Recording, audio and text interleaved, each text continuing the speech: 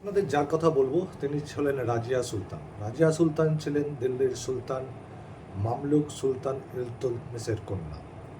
এছাড়াও বলা যায় রাজিয়া সুলতান হচ্ছেন ভারতের প্রথম মহিলা শাসক বা প্রথম সুলতান। রাজিয়া সুলতানের বাবা গোয়ালিয়র অভিযানে থাকাকালীন পুরো প্রশাসন তার হাতে তুলে দিয়েছিলেন। 1231 থেকে 1232 এই সময়কালে বাবার অবর্তমানে তিনি অসাধারণভাবে প্রশাসন সামলানোর যে দায়িত্ব গুরুভার তিনি পেয়েছিলেন, সেই জায়গায় তিনি সফলভাবে উত্তীর্ণ হন। তাই তার বাবা যখন দিল্লিতে ফিরে আসেন, তিনি তার কাজে অসম্ভব অনুপ্রাণিত হন এবং মুগ্ধ হন। এই কারণে ইলতুৎমিশ রাজিয়া সুলতানাকে দিল্লির উত্তরাধিকারী হিসাবে মনোনীত করেন।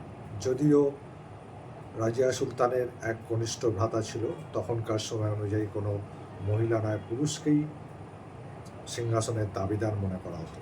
1236 সালের এপ্রিল মাসে তিনি দিল্লির শাসক হন। দিল্লিতে মাত্র 4 বছরের কম সময়ে তিনি শাসন করেন, 1236 থেকে 1240।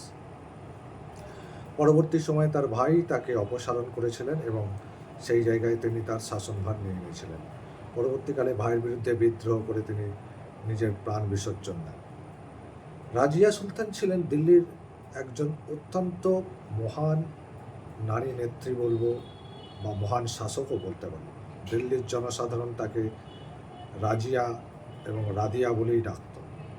তিনি দিল্লি শাসন করার সময় তিনি নিজের নামে মুদ্রা চালু করেছিলেন।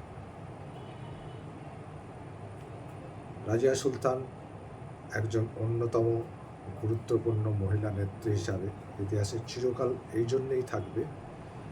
তিনি প্রথম সুলতান যুগের প্রথম শাসক, যিনি উত্তর ভারতেরকে অসামান্যভাবে তার শাসন ক্ষমতার মধ্যে এনেছিলেন।